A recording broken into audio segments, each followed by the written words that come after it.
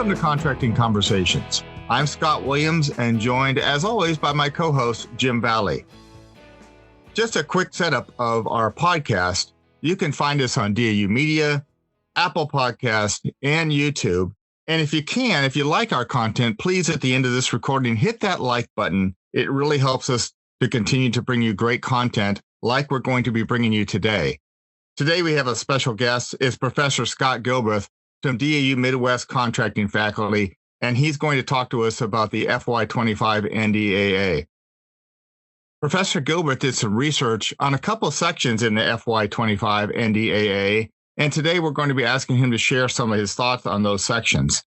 Hey, Scott, Section 802, limitation of certain options for cost contracts, clearly indicates that Congress has given us a new limitation or restriction on cost contracts. What can you tell us about this limitation? Yeah, well, that's right. Congress, they have given us a new restriction on cost contracts. In some ways, though, it's a surprisingly specific limitation. The actual language addresses a scenario where you've got a cost reimbursement development contract for a major system, not just NDAP. And that scenario includes a fixed price option claim for LRIP. So once again, cost reimbursement development contract for a major system that also includes a fixed price option plan for low rate initial production. Very specific. And whenever you get something with that level of specificity, it makes you ask the question, why? What is Congress really trying to tell us? So I did that research you talked about and realized that some of this language from the 2025 NDAA is really a continuation of a broader message that Congress has been sending us for several years now. First of all, Scott, thank you for coming on the show. We really appreciate it. Glad to be here. Great. So I'm interested to hear more about the broader message from Congress. I'm always interested, why does Congress, put certain things in the NDAA? And so can you first explain why they specifically are looking at this particular contractual arrangement? Absolutely. I should start by saying, though, that I'm only giving you my interpretation. This is how I've connected the dots. But if I look back at MDAP programs over the last 20 years, many of those programs have treated LRIP as an iterative development process. Nothing close to the purpose of LRIP as described in the 5000 series. So if we look at the F-35 Joint Strike Fighter, they actually began LRIP back in 2007, but they didn't achieve milestone C or full rate production until 2024. So over a third of the anticipated requirement was actually produced under LRIP, somewhere in the range of like 14 LRIP lots. So that's why I say that Congress is trying to stop what they likely view as a systemic problem. Now, I picked an MDAP program to illustrate the problem, but there was already existing language that restricted the number of LRIP lots for NDAP programs. What we have this year in the NDAA is expanded language to include other major programs with that specific contract structure, those that aren't designated as NDAP. So they added that, but like the previous restrictions, there's also a waiver when there's an appropriate time for, an exception to the scenario. Okay, great. Thanks. Hey, Scott, I understand why Congress is getting involved when we've had schedule delays and additional costs associated with repetitive LRIP lots that impact the warfighter. I think I also see where you're going with comments about a broader message from Congress. But go ahead and talk about that part of my question. Yeah, if we revisit the language in the NDAA, it specifically talks about a scenario with a fixed price option plan for LRIP. So again, taking a minute to think about when is a fixed price arrangement appropriate, and also thinking about what the intent is of what we're trying to do with LRIP. And it does give us some insight. I mean, to even exercise a fixed price option plan, or for that matter, any fixed price contract action, the government's got to make a determination that the risk profile is at an acceptable level. So again, if that assessment's been made, then what's the justification for multiple LRIP lots? They shouldn't be necessary in most cases. Our default position should always be just one lot. Are there times where more than one LRIP is necessary? Absolutely sure. Again, I'll go back to a scenario with the F-35. So they have several variants of the F-35. And if the risk profile associated with that most complex variant is unacceptable, then you couldn't move forward, with that variant into production. So an additional LRIP lot for that variant could absolutely be appropriate. That's where they could use the waiver process to address that situation. But again, that's the exception, not the rule. So that's where that default position of one LRIP lot is trying to be pushed or promoted by Congress's language here. I'll end my comment by just sharing some of the background that led me to make some of these assertions here. And that really occurred by that research you're referring to, Jim. When I looked at the language in this year's NDAA and started sorting through and researching what's existing, I found a lot of commonality. In fact, very similar language that's already in the DFARS. So specifically DFARS 234.004 that covers acquisition strategy. So within that subsection, as I look back, I saw language from the 2023 NDAA that addressed MDAP specifically, one LRIP lot if the contract type is fixed price and includes development and production work. So again, very similar to what we've already talked about. It just expanded this year. We just expanded it to include other major programs, but there is a waiver for that as well. Going back further, 2013 NDA inserted language for MDAPs, and it prohibited using cost reimbursement for any production, LRIP or full rate production. And if you think about that, again, makes a lot of sense when you consider the terms of the contract on a cost reimbursement side, a best effort versus a shall deliver for the fixed price scenario. So Congress is forcing us to revisit and think through, when you have production, what's the appropriate contract vehicle for that scenario? Now, they still give us a waiver, so they're not tying our hands, but kind of pushing us to think through it and rethink how we've been doing business. And then I'll wrap up with the 2007 NDAA language that pushed our MDAP programs to do a better job of documenting their contract type selection at milestone B.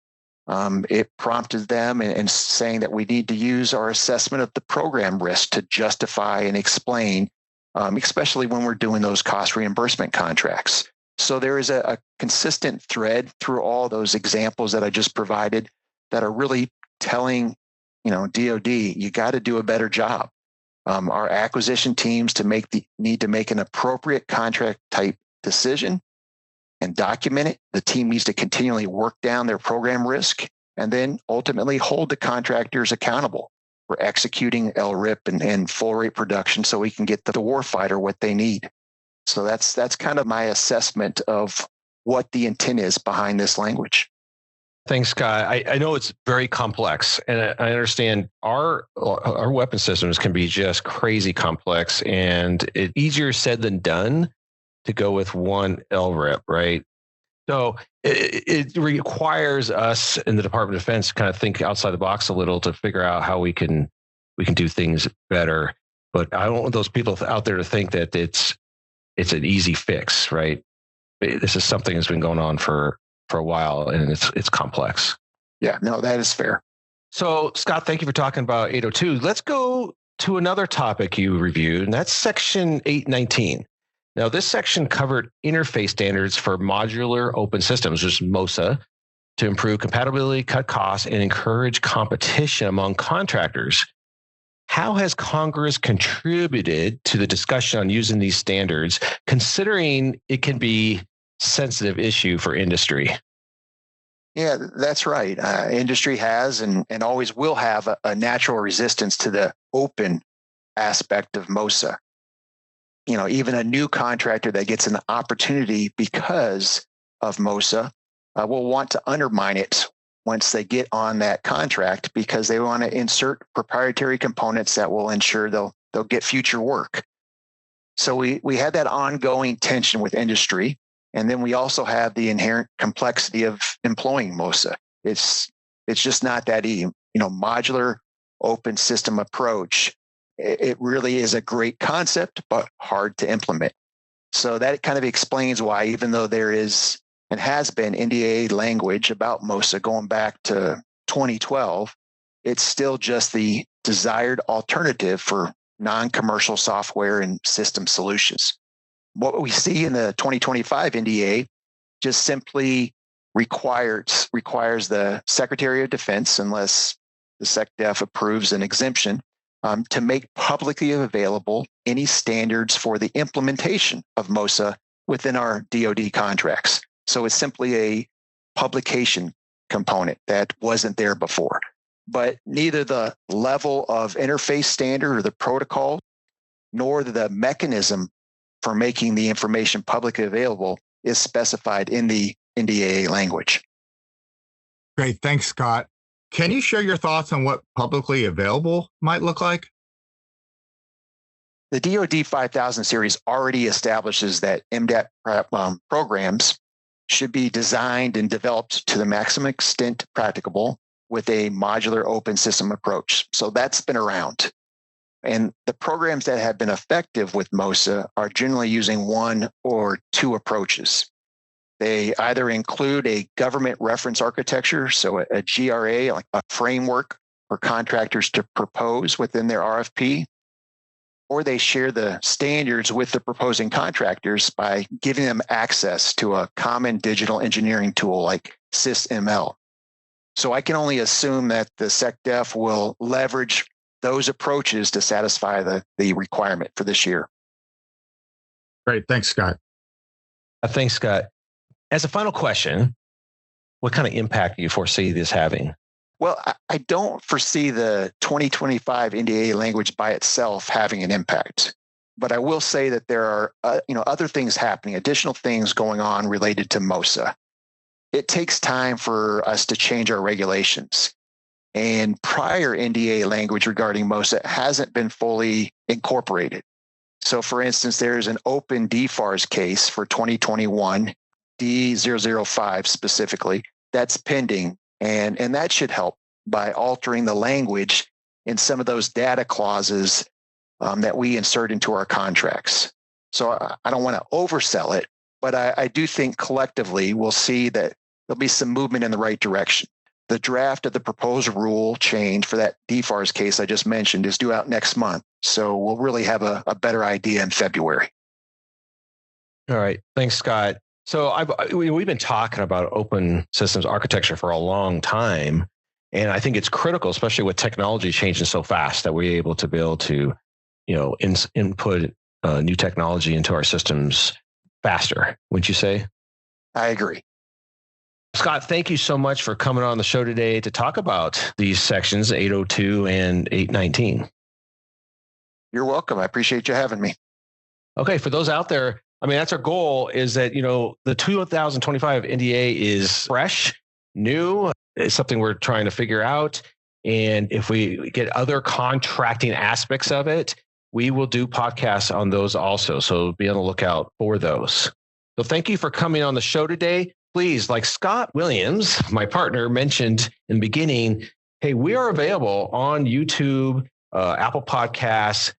Obviously, we're on DAU Media, but please subscribe, like the content, share the content. Please let people know that we exist, so we see that you guys enjoy it. It's helping you in your career and in your job, and then we can continue to do so, because we do have a lot of other things going on with DAU that take our time.